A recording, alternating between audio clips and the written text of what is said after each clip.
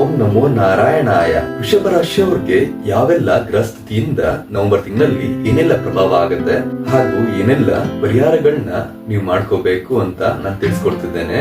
ವೃಷಭ ರಾಶಿಯವರಿಗೆ ಲಗ್ನಾಧಿಪತಿ ಶುಕ್ರ ನೀಚ ಸ್ಥಾನದಲ್ಲಿ 5ನೇ ಮನೆಯಲ್ಲಿ ಇರೋದ್ರಿಂದ ನೀವೇನೇ ಪ್ಲಾನ್ ಮಾಡಿದ್ರು ಕೂಡ ಈ ತಿಂಗಳು ಆಗಲ್ಲ. ಸುಮ್ನೆ ಟೆನ್ಷನ್ಸ್ ಗೆ ಒಳಗಾಗ್ತೀರಾ. ನಿಮ್ಮ ಮಕ್ಕಳ ವಿಚಾರದಲ್ಲೂ ಕೂಡ ಟೆನ್ಷನ್ಸ್ ಆಗ್ಬೋದು. 3ನೇ ಮನೆಯಲ್ಲಿ ಗುರು ಇರೋದ್ರಿಂದ ಸಹೋದರರಿಂದ ಏನಾದ್ರೂ ನೆರವು ಸಿಗ್ಬೋದು. 4ನೇ ಮನೆಯಲ್ಲಿ ಕೇತು ಇರೋದ್ರಿಂದ ತಾಯಿಯ ಆರೋಗ್ಯದಲ್ಲಿ ವ್ಯತ್ಯಾಸಗಳಾಗ್ಬೋದು ಹಾಗೂ ನಿಮ್ಗೆ ಮನಸ್ತಾಪಗಳಾಗ್ಬೋದು ಹಾಗೂ ವಿದ್ಯಾರ್ಥಿಗಳಲ್ಲೂ ವಿದ್ಯೆ ಕಟ್ಟಾಗೋ ಸಾಧ್ಯತೆ ಉಂಟು. ಎಚ್ಚರಿಕೆ ವಹಿಸಿ. ಯಾರಿಗೆಲ್ಲ ತುಂಬಾ ವರ್ಷದಿಂದ ಮದುವೆ ಆಗ್ತಿರಲ್ಲ, ಈ ತಿಂಗಳು ಮದುವೆ ಸಂಬಂಧಪಟ್ಟ ಹಾಗೆ ತುಂಬಾ ಶುಭವಾಗಿದೆ. ಯಾರೆಲ್ಲ ಹೊಸ ಬಿಸ್ನೆಸ್ ನ ಮಾಡ್ಬೇಕು ಅಂತ ಅನ್ಕೊಂಡಿರ್ತೀರಾ ಅವ್ರಿಗೆಲ್ಲ ಒಳ್ಳೆ ಟೈಮ್ ಬಂದಿದೆ ಹಾಗೂ ನಿಮ್ಗೆ ಯಾರಾದ್ರೂ ನೆರವಿಗೆ ಸಿಗ್ತಾರೆ.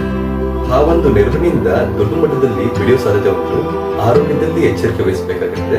ಯಾರೆಲ್ಲ ಗೌರ್ಮೆಂಟ್ ಉದ್ಯೋಗದಲ್ಲಿ ಇರ್ತೀರಾ, ಬೇಜವಾಬ್ದಾರಿಯಿಂದ ನೀವು ಕೆಲಸ ಕಳ್ಕೋಬಹುದು.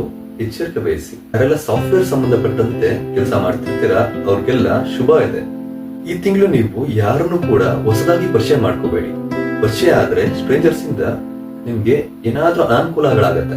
ಬೆಲ್ಲ ಹಾಗೂ ಅಕ್ಕಿನ ನೀವು ಮಂಗಳವಾರದತ್ತು ಹಸುಗೆ ತಿನ್ಸೋದ್ರಿಂದ ನಿಮ್ಮ ಏನೇ ಸಂಕಷ್ಟಗಳಿದ್ರೂ ಕೂಡ ಈ ತಿಂಗಳು ಪರಿಹಾರಗಳಾಗತ್ತೆ.